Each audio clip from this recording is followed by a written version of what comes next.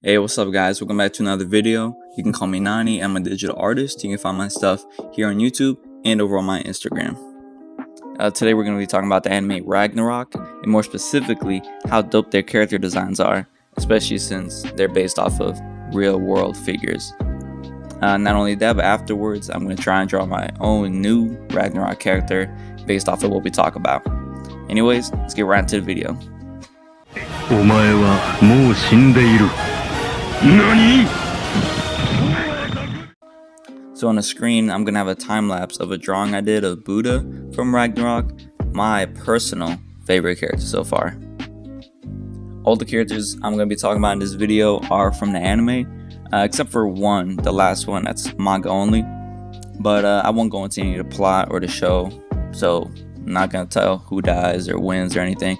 But still, spoiler warning just for seeing the characters if you haven't seen up to season 2.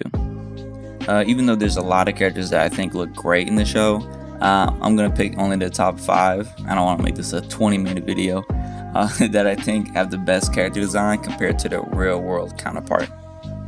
Number 1, I got to start off with my main man, Buddha. He's my favorite character, and he's being drawn on the screen right now, so let's talk about him. Alright, so this is what he looks like in the real world depiction. Alright, now let's look at him in Ragnarok. That's a glow up. Alright, he's looking better in the second one, in my opinion. If the real world depiction had him looking like in Ragnarok, I might have to transition to a Buddhist, personally. One thing that I like a lot that Ragnarok does is that they incorporate elements from the real world counterpart into the redesign. Now Buddha still has his loose draped fabrics, the man bun, and the big earlobes that are just iconic to him. In the anime, Buddha just gives the most chill vibes out of all the characters. I mean, he got the flowing clothes, he's always snacking on something, and even with that like USA-chan tank top that he wears, then now I gotta go try and find or make myself because I gotta have it. Next, let's talk about Zeus. This is what he looks like in the real world depiction, and this is what he looks like in Ragnarok. Now hold on. Alright, one might think that this is a downgrade from the original, even going so far to say that Disney did it better. But I'm going to challenge you by showing you his final form. This man could easily beat every other Zeus's ass in all of media. Alright, they still have him in his common, attire for Zeus, the comfy bed sheets and the white beard. But they also gave him a matching eyebrow and mustache set, alright, which I think adds their own touch to the redesign that I can appreciate.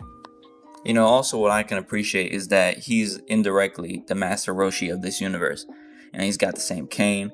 He gets buff as hell just like Roshi, and even has his lovable goofball personality just like Roshi. I mean, look at his face. How can you not love that? Next is another god, Thor. So this is his real world mythology, but as Marvel has made him so popular, when someone says Thor, I think we all think of this. Whoops, I mean this. Now Thor is already a cool concept, but let's look at Ragnarok's Thor. Now that's a nice spin on a classic guy, still rocking the iconic hammer, as his weapon, and wearing the godly bed sheets, but this time with a leather sash-shaped belt that matches his dark gloves with the gradient going up his sleeves. Yes, those are gloves. I thought they were just his arms at first, but they're not. They also give him bright red hair, which I feel stands out and really takes this design to another level. And even though Marvel did make his hammer bigger, from the original mythology, an amazing anime dramaticism, they made that shit bigger than his whole body. You gotta love unrealistically big anime weapons. I mean, they're just great. Alright, next! And we're gonna be actually talking about the first human character, Lubu, if that's how you pronounce it. He was a Chinese general, and this is what his real world depiction looks like. Alright, now look at the Ragnarok version. It's a definite upgrade. I mean, the man has a six-pack, and even his obliques have a six-pack. And I really like the only pants look. The pants look similar to what the real life depiction would wear. They also made sure to keep his cockroach antennas, which I think make him stand out, so it's nice. But a couple of changes they made besides, just making him shirtless and buff as hell, was giving him long hair and the tattoos that wrap around his arm, and that big ass stamp tattoo on his chest that, low key goes hard. But the whole look, from the fit to the weapon, that is historically accurate, just makes it a great design in my opinion. Now for the last human, which is an anime spoiler. If you want to skip ahead, you can check the description for timestamp. Let's look at him. It's Nikola Tesla. Now this is what this goober looked like in real life. Now let's look at the Ragnarok version. I don't know where they got the thought to turn Nikola Tesla into Iron Man 2.0, but damn, that was a good idea. Now this is more of a reimagining of this character, since the real life version never disclosed if they had an Iron Man suit, but this design just goes hard, man.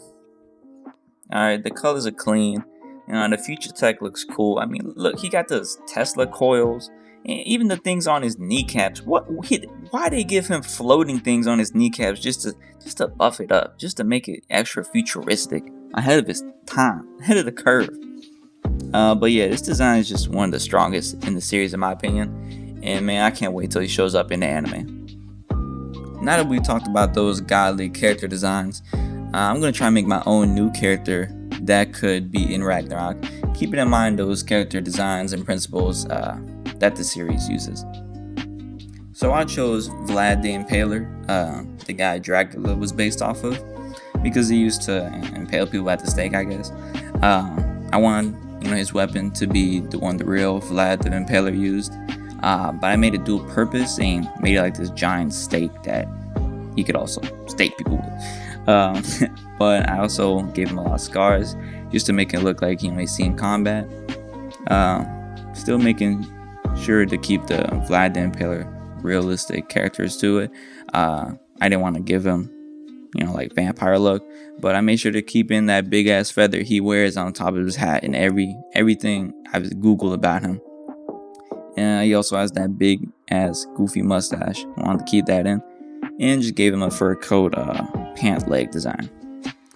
I also made sure that the colors are somewhat cohesive, so I tried to use like 3 or 4 and just make sure they're all throughout the character. Well, that's gonna be it for the video, guys. Thanks so much for watching.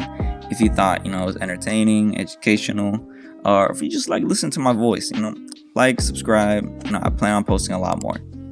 Again, you can find my stuff on Instagram, link in the description below. But yeah, thanks again, and see you guys next time. Peace.